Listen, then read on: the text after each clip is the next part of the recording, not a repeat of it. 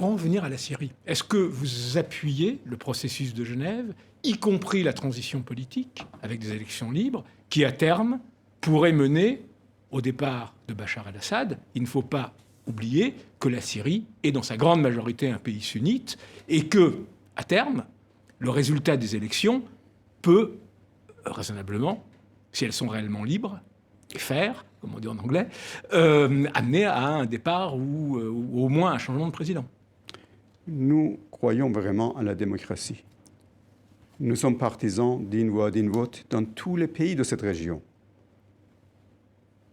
soit la Syrie, soit les autres pays.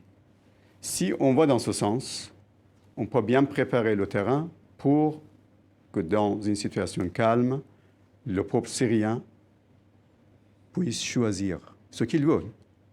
Mais il ne faut pas éliminer l'un et l'autre.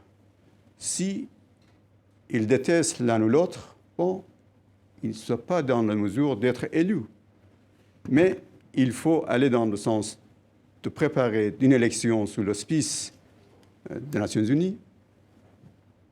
Et avec le vote des réfugiés?